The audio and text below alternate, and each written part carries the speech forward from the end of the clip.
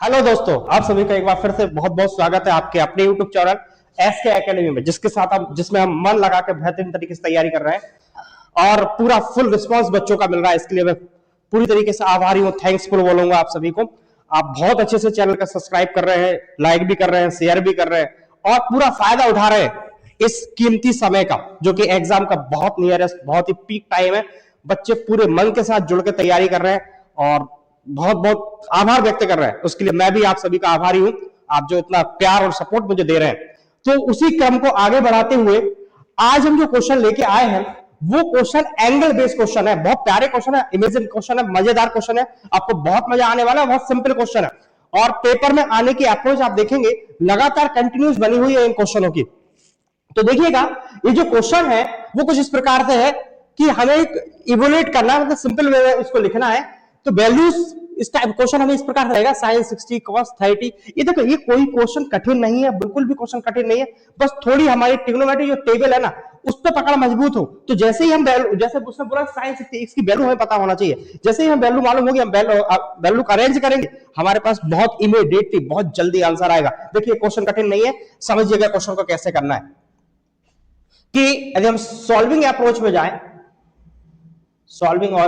जाएं तो साइन 60 की वैल्यू कितनी होती है? रूट 3/2। कॉस 30 की वैल्यू कितनी होगी? ये भी रूट 3/2। एक बार ध्यान रखना, जो साइन 60 की वैल्यू होती है वही कॉस 30 की वैल्यू होती है। ऐसे ही साइन 30 1/2, कॉस 60 ये भी होगा 1/2। नाउ अब जो क्वेश्चन लिखा है वो लिख दीजिए। Sine 60 cos 30 plus sine 30 cos 60।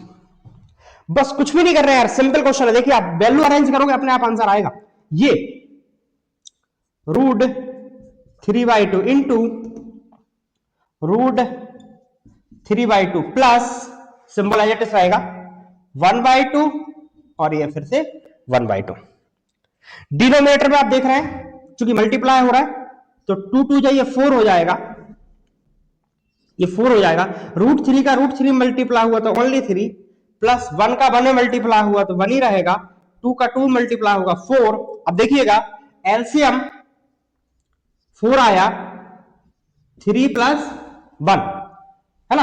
अब 3 प्लस 1 जैसे ही आप ऐड करोगे तो होगा 4/4, ये कैंसिल और यही आपका आंसर। चलिए, उसी टाइप का एक और भी क्वेश्चन है, बहुत मजेदार इमेजिन क्वेश्चन है, अच्छे से सॉल्व करेंगे इसको भी। तो सॉल्विंग अप्रोच कुछ इस प्रकार रहेगी। वी नाउ जैसे 1045, देखिए बेटा, वैल्यू आपको याद होना ही होना चाहिए, बगैर वैल्यू के आप कुछ भी नहीं कर पाओ। इस टाइप के क्वेश्चन में एक बात ध्यान रखना आप। 1045 लाइक दैट, ऐसे cos 30 कितना होगा? रूट 3/2 एंड साइन 60 ये भी होगा रूट 3/2। नाउ क्वेश्चन का राइट डाउन करिएगा। 2 tan square 45 degree plus cos square 30 degree minus sine square 60 degree. जो वैल्यू हमने ऊपर लिखी, जो हम जानते हैं, उन वैल्यू को इस क्वेश्चन के अंदर अरेंज करिएगा। तो 2 इंटू इसकी वैल्यू 1 है प्लस इसकी वैल्यू रूट 3/2 है। देखिए, ये क्वेश्चन आपको बहुत जल्दी समझ में आएगा और 2 स्टेप के बाद इसका आंसर ये देखिएगा। ये चूंकि पॉजिटिव वैल्यू है, ये नेगेटिव वैल्यू, ये आपस में यहीं पे कैंसिल होगी, है ना। तो क्या हुआ? 2 1 जा 2, यही आपका आंसर। देखिए, आप कितने सरल क्वेश्चन रहे, बस केवल जरूरत है हमें हमारे बेसिक को स्ट्रॉन्ग बनाने की, और वो बनेगा आपको जब ट्रिग्नोमेट्री इंट्रोडक्शन वाला वीडियो है ना, उसके परफेक्ट नोट्स बनाओगे, अच्छे से देखोगे और याद करके आओगे। उसके बाद आपको ये दोनों वीडियो जो हम डाल रहे हैं क्वेश्चन अप्रोच वाली, देखिए अप्रोच क्या होगा, एक बात मैं यहां पे थोड़ा बताना चाहता हूं आपको कि हमने इस ट्रिग्नोमेट्री को आपको आसान बनाने के लिए कुछ पार्ट्स में डिवाइड किया है। तो हम पहली जो वीडियो आपको देखोगे तो इंट्रोडक्शन ऑफ ट्रिग्नोमेट्री है, ओनली उसमें फॉर्मूला बेस्ड क्वेश्चन रहेंगे, और बेस्ड क्वेश्चन ही नहीं रहेंगे, केवल फॉर्मूला रहेगा, पूरा फॉर्मूला हमने सॉल्व करा है। दूसरी बात, दूसरी वीडियो में जो आप देखोगे तो 9.1 के जो क्वेश्चन है ना पाइथागोरस थ्योरम से रिलेटेड या ट्रिग्नोमेट्री रेशियो जिसे हम कह सकते हैं, वो वाले क्वेश्चन आपको देखने को मिलेंगे।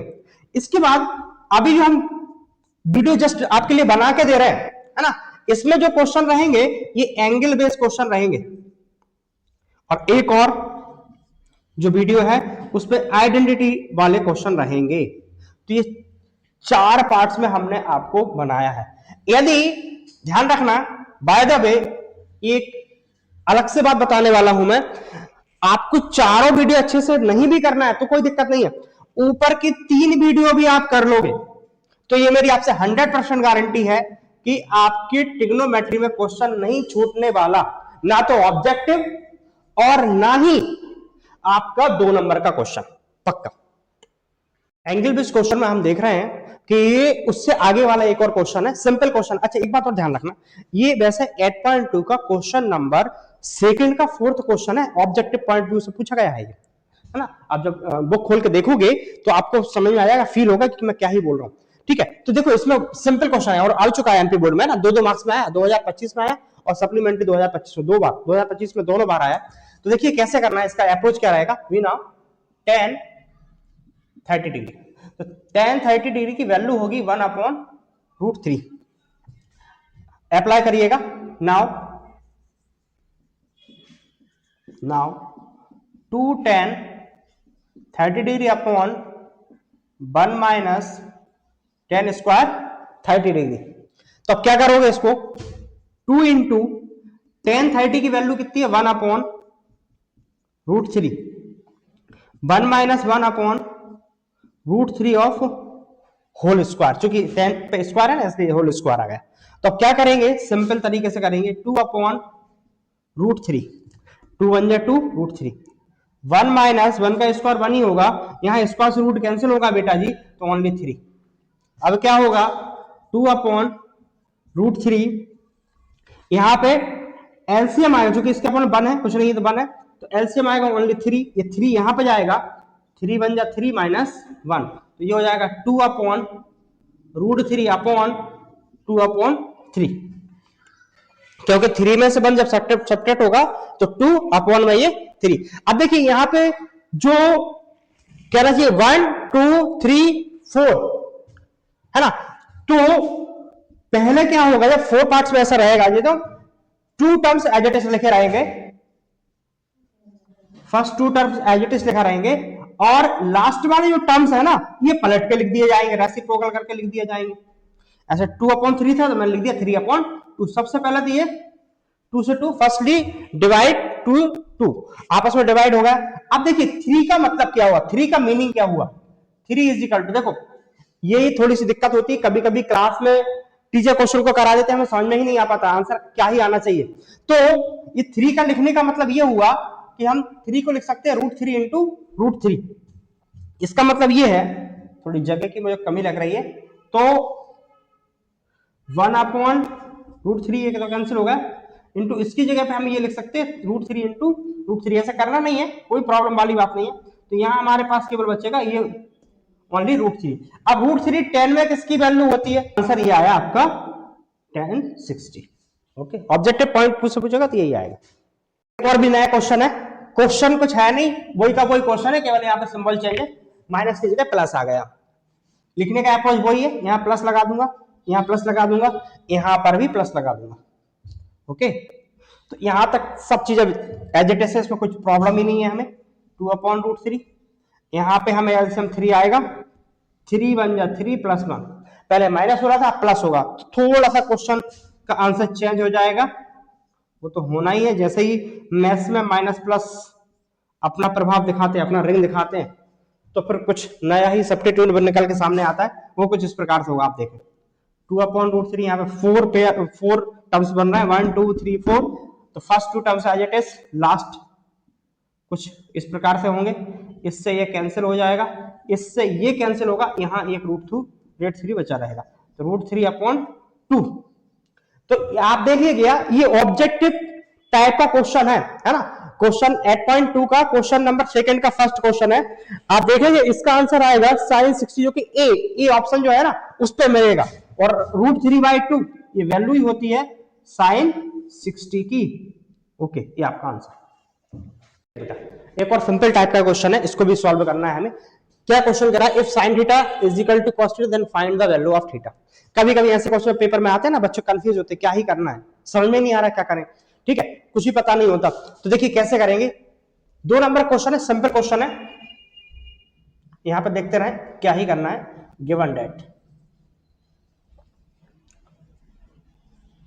गिवन डेट जो दिया हुआ है उसे आराम से लिख लीजिए आप, cos theta sin theta is equal to cos theta, इसके अलावा कुछ उसमें दिया नहीं है और इसीलिए प्रॉब्लम होता है, समझ में नहीं आता क्या। ये इसके अपॉन में डाल दीजिए, sin theta upon cos theta, इसके कोएफिशिएंट बल लिखा था, बन एज इट इज लिखा रहेगा। अब देखिएगा sin अपॉन cos क्या होता है, ये तो tan थीटा होता है, इज इक्वल टू 1, या 1 tan में किसकी वैल्यू होती है, तो आप कहेंगे कि tan 45 की वैल्यू होती है ना, tan से tan कैंसिल हो जाएगा और थीटा की वैल्यू कितनी आ गई 45। यही इसने पूछा था कि find the value of theta, theta की वैल्यू क्या है, तो थीटा की वैल्यू है 45 डिग्री। ओके, देखिए एक और भी क्वेश्चन है, इसी टाइप से क्वेश्चन है, एंगल वाला ही क्वेश्चन है, तो कैसे करेंगे, 8.2 का ही क्वेश्चन है, क्वेश्चन नंबर 3 है आई थिंक, ठीक है, तो देख लीजिए एक बार आप बुक में जाके। तो इसमें लिखेंगे गिवन दैट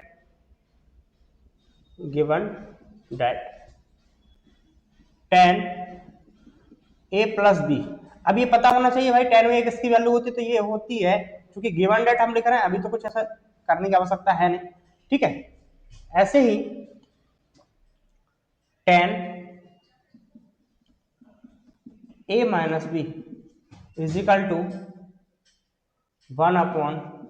तो देखिएगा tan a प्लस बी, ये किसकी वैल्यू होगी, तो ये वैल्यू होगी tan 60 की, है ना।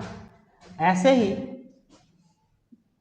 tan a माइनस बी, ये किसकी वैल्यू होगी, तो ये होगी tan 30 की। अब आप देखेंगे tan से tan यहाँ कैंसिल हो जाएगा, तो ये बचेगा a plus B is equal to 60 degree, ये हमारी इक्वेशन नंबर फर्स्ट होगी। इसी प्रकार से यहाँ भी ये कैंसिल हो जाएगा, तो ये हो जाएगा a minus B is equal to 30 होगा, और ये हमारी इक्वेशन नंबर सेकंड होगी। अब आप याद करिएगा अपने चैप्टर नंबर 3 को, है ना, जिसमें हम एलिमिनेशन सब्स्टिट्यूशन के माध्यम से क्वेश्चनों को सॉल्व करते हैं, उसी वे में ले जाके हम ए और बी की वैल्यू निकालेंगे, है ना। तो लिखेंगे solve the equation first and second by elimination method. लिखने आप नहीं भी लिखोगे तो भी काम चल जाएगा, लिख दोगे थोड़ा और अच्छा आपका इंप्रेशन पड़ेगा। तो मैं चाहता हूँ आपका इंप्रेशन खराब ना हो, इसलिए मैं पूरी बातें आपको कंटिन्यूस तरीके से अच्छे से सिखाने का प्रयास कर रहा हूँ। अब आप देख रहे हैं ये b से भी कैंसिल होगा, एक पॉजिटिव नेगेटिव, ये 2a हो जाएगा, इधर ये ऐड होगा 90 हो जाएगा, तो a इज इक्वल टू होगा 90/2 जो कि होगा 45। तो a की वैल्यू हमारे पास आ गई 45। अब आप जानते हो कि अब a की वैल्यू हमने निकाल ली है, इसको हम इक्वेशन नंबर फर्स्ट में अरेंज करें, सेकंड में भी करने से कोई ऐसा नहीं है कि आंसर नहीं आएगा, आंसर जरूर आएगा, लेकिन मेरे ख्याल से फर्स्ट में अरेंज करना ज्यादा अच्छा रहेगा। तो लिखेंगे putting the value of a in equation first. तो इक्वेशन फर्स्ट ये है, आप एक बार देखें, यहाँ पे a लिखा है, a की जगह पे आप लिखेंगे 45 क्योंकि a की वैल्यू आप निकाल चुके हैं। b इज इक्वल टू 60, तो b is equal to 60 minus 45, तो b इज इक्वल टू हमारा हो गया 15। लास्ट में लिखना है thus a is equal to 45 degree and b is equal to 15 degree, क्योंकि उसने a और b की ही वैल्यू हमसे पूछी थी। Thus a is equal to 45 degree and b is equal to 15 degree, क्योंकि उसने a और b की ही हमसे क्या पूछी थी, वैल्यू पूछी थी, और a और b की वैल्यू हमारे सामने आ चुकी है, ठीक है। ये आपको ऐसे ही करके आना है पेपर में। फिर भी यदि और भी क्वेश्चन ऐसे आपको लगता है कि कहीं कोई क्वेश्चन में डाउट, आप बुक से भी सॉल्व करके देखिएगा, एग्जाम्पल भी सॉल्व करिएगा। देखिए मैं आपको बता दूं, एग्जाम्पल का वेटेज, कई बार बच्चे भूल जाते हैं, एग्जाम्पल का वेटेज लगभग 40% रहेगा, है ना। तो एग्जाम्पल पे भी आप फोकस बनाइए, समरी को ध्यान से पढ़िएगा, है ना, चैप्टर की जो समरी है उसको ध्यान से पढ़िएगा, वहां से हमारे ऑब्जेक्टिव की अप्रोच मजबूत होगी। ठीक है, ऑब्जेक्टिव की वीडियो हम एक साथ ही अपलोड करने वाले हैं, है ना, तो उसकी बिल्कुल निश्चिंत रहिए, चिंता ना करिएगा। मैंने कहा ना, जब मैंने आपकी जिम्मेदारी ली है तो मैं उसको पूरी ही करूंगा, कहीं पे आपको बीच में छोड़ने वाला नहीं हूं और ना ही कहीं ऐसी उलझन में डालने वाला हूं। ठीक है, तो मेरे साथ लगातार बने रहिए, हेल्दी रहिए, स्वस्थ रहिए, मस्त रहिए और जबरदस्त तरीके से तैयारी कीजिए। धन्यवाद, मिलेंगे अगली वीडियो में।